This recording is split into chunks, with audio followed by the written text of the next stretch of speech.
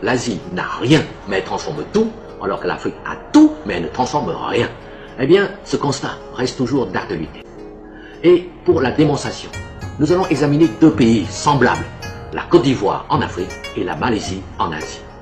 Et la Malaisie, qui était donc plus pauvre que la Côte d'Ivoire il y a 25 ans. La Malaisie a la même superficie, la même population, le même climat et les mêmes ressources que la Côte d'Ivoire, c'est-à-dire le cacao, l'Évia et le pétrole.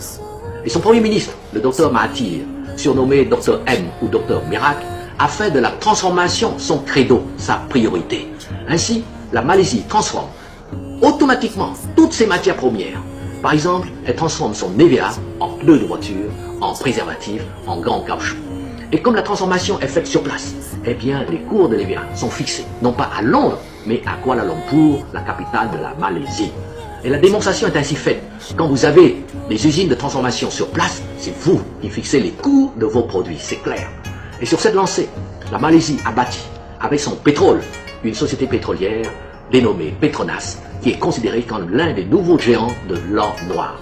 Petronas explore le pétrole dans 17 pays, dont plusieurs en Afrique. Algérie, Angola, Tchad, Gabon. Et Petronas possède à Kuala Lumpur les tours jumelles les plus hautes du monde, 452 mètres de haut, qui viennent d'être dépassées par la tour Taipei 101 à Taïwan, qui fait 509 mètres de haut, un demi-kilomètre de haut. Et ces tours possèdent des ascenseurs qui ne mettent que 37 secondes pour monter les 500 mètres de haut. Et vous voyez par vous-même les images de la Malaisie, c'est un paradis.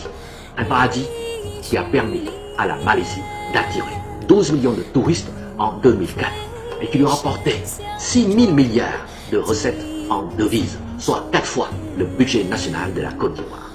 Et j'ajoute que la Malaisie a intégré la mondialisation dans sa vision économique en donnant la priorité à la création de grandes structures sur lesquelles peuvent se greffer leurs PME pour leur permettre ensemble de conquérir tous les marchés mondiaux.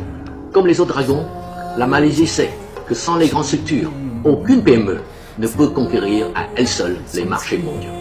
Voilà l'exemple d'un pays semblable à la Côte d'Ivoire, la Malaisie, qui a réussi à gagner sa bataille contre le sous-développement et contre la misère, et même à utiliser la mondialisation à son profit. Et tout cela grâce à sa politique de la transformation sur place de ses produits.